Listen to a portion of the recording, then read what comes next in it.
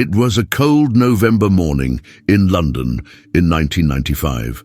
Princess Diana, wearing an elegant navy coat, walked through the streets of the East End to open a new support centre for needy families.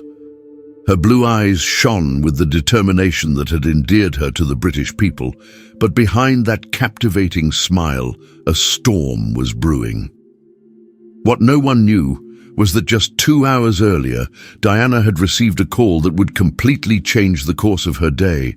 On the other end of the line, the trembling voice of a desperate mother begged for help. "Princess, please, they're going to take my son away from me. You're our only hope." The woman, Sarah Mitchell, was being evicted along with her 8-year-old son, Tommy, who was battling leukemia.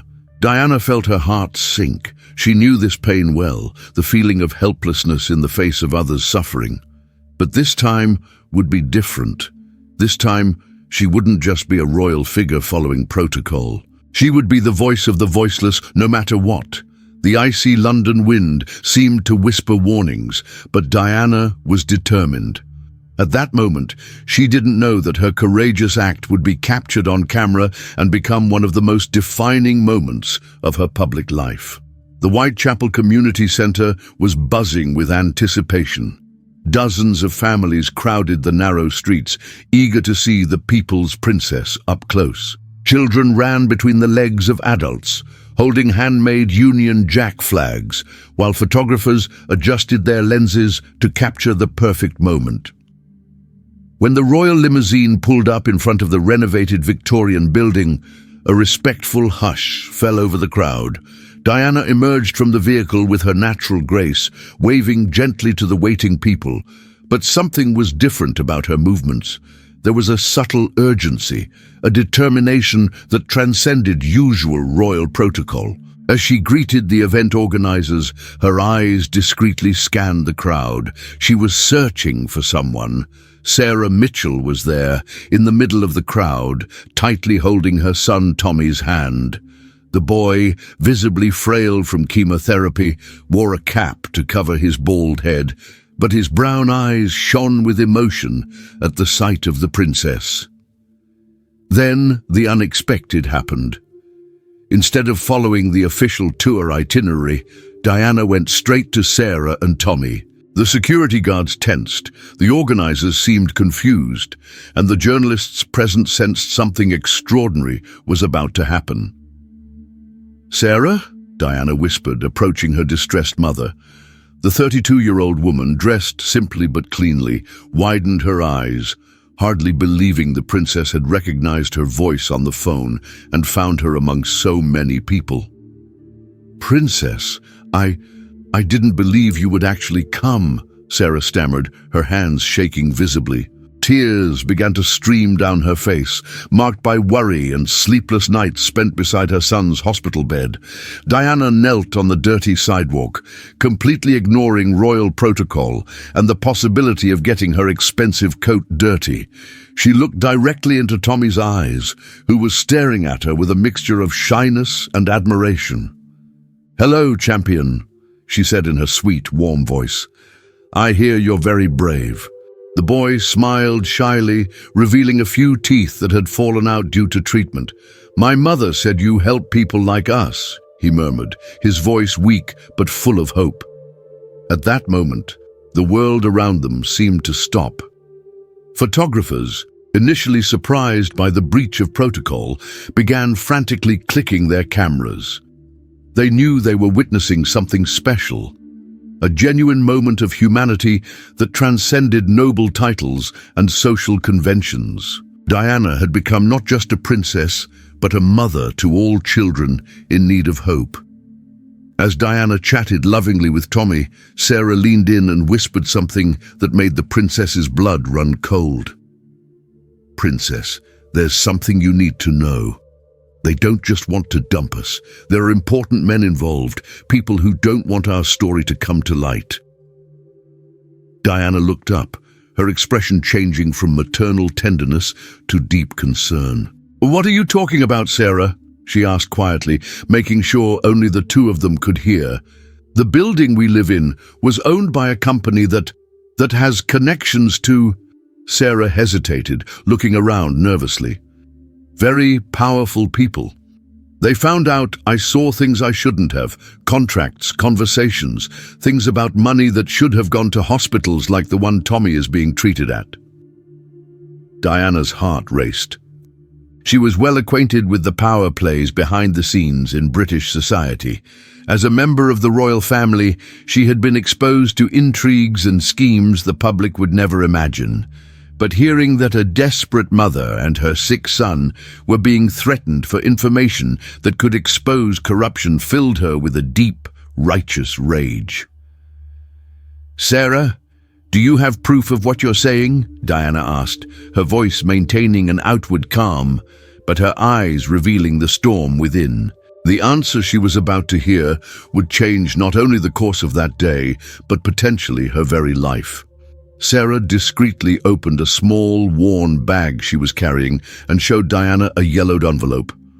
"Here they are, Princess. Documents, photos, recordings, everything I could gather before they found out." Her hands were shaking so badly she nearly dropped the envelope.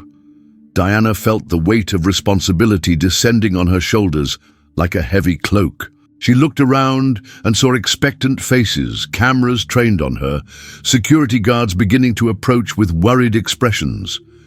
She had a choice: follow protocol, complete her official visit, and leave Sarah and Tommy to their own devices, or take a course of action that could have unforeseen consequences for her own position. "Princess," Tommy whispered, gently tugging on Diana's coat sleeve, "my mother is so scared. She cries every night thinking they're going to separate us." But the child's innocent words were like a punch to Diana's stomach. In that moment, all her maternal instincts and her sense of justice coalesced into a steely determination. She stood slowly, her blue eyes now shining with a resolve few had seen before. Diana, Princess of Wales, wasn't just a title. It was a responsibility to every vulnerable person in the kingdom. "Sarah, I want you and Tommy to come with me," Diana said loudly enough for the security guards and organizers to hear. "You'll be my special guests today." The silence that followed was deafening. Everyone knew something extraordinary was happening. Diana's head of security, a serious and experienced man named Inspector Davies, approached quickly with a worried expression. "Your Highness, this wasn't on the agenda. We need to follow established security protocol," he said quietly, trying to maintain discretion. Diana stared at him with a firmness he'd never seen before. "Inspector Davies, since when is protocol more important than protecting a sick child and her mother?" Her voice, though low, carried an authority that made the man take a step back. The journalists present sensed the tension in the air and began to scramble for better positions to capture what was unfolding. Rebecca Stone, a seasoned BBC reporter, whispered to her cameraman, "Keep filming. This will be headline news tomorrow." Meanwhile, across the street, 3 men in dark suits watched the scene with growing agitation. One of them, a middle-aged man with a scar on his chin, spoke urgently into his phone. "She can't take the woman and child. Do something now." Diana noticed the men and felt a shiver run down her spine. Her intuition, honed by years of navigating the treacherous waters of royal politics, told her Sarah was right. There were powerful forces working against them. But instead of retreating, this only strengthened her resolve. "Sarah, Tommy, come," she said, holding out her hands to mother and son. "Let's get out of here."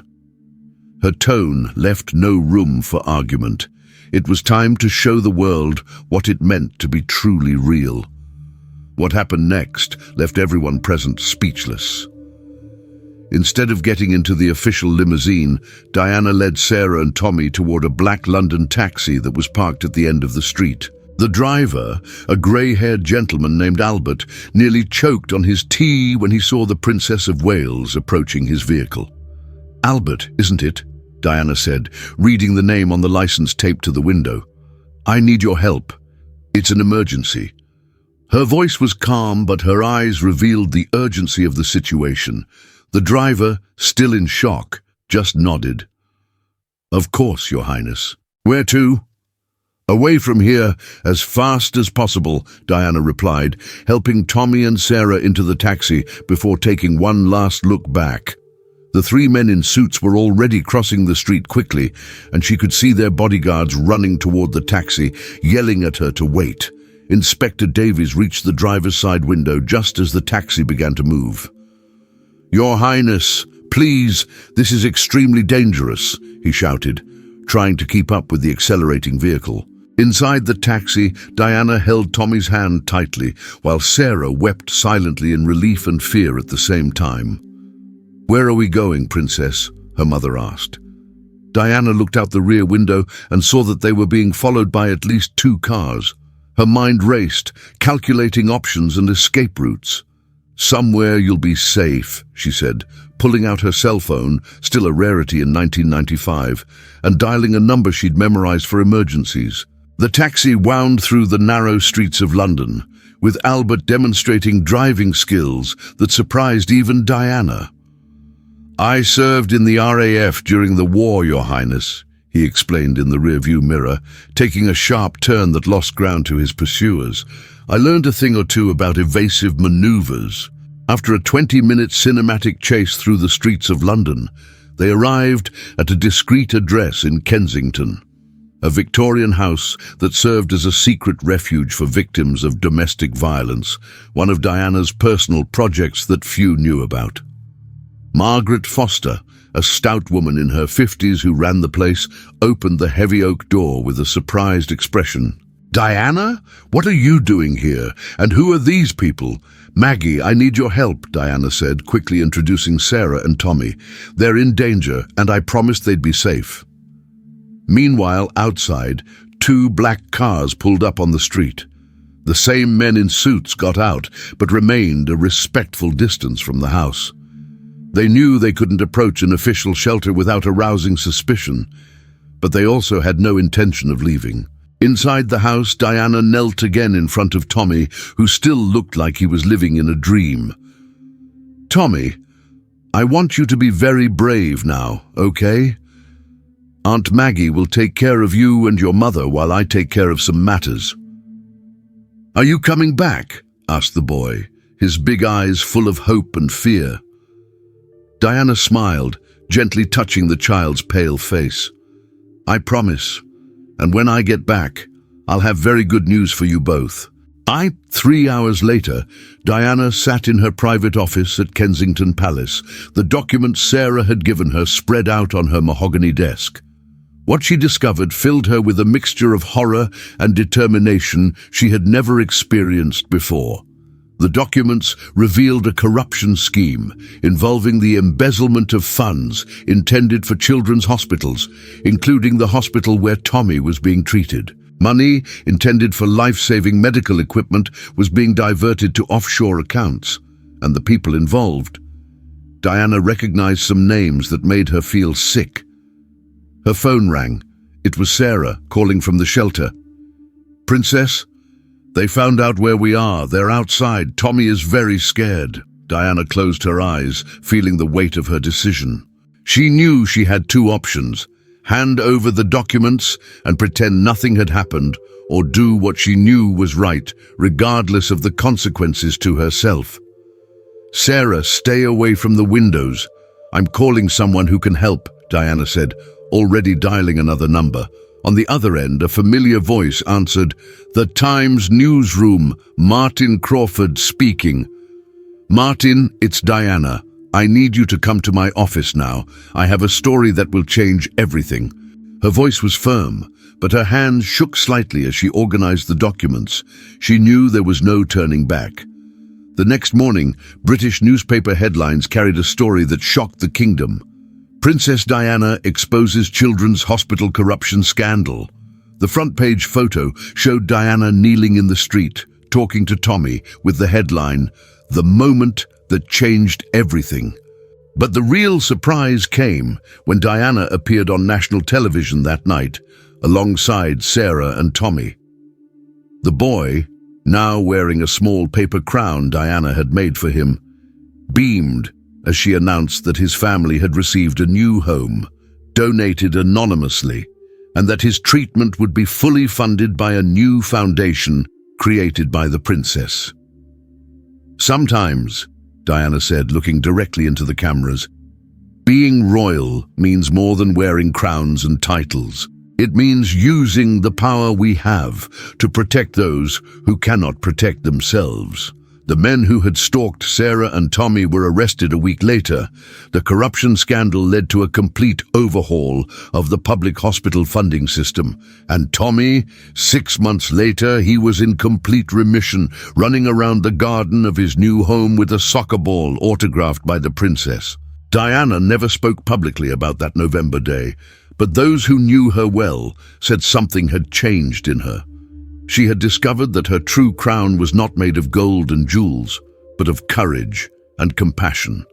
And this discovery had made her more powerful than any royal protocol ever could. Years later, when asked about that day, Tommy, now a healthy young man studying medicine, would always say with a smile, "Princess Diana taught me that real heroes are those who kneel down to be at the level of those in need."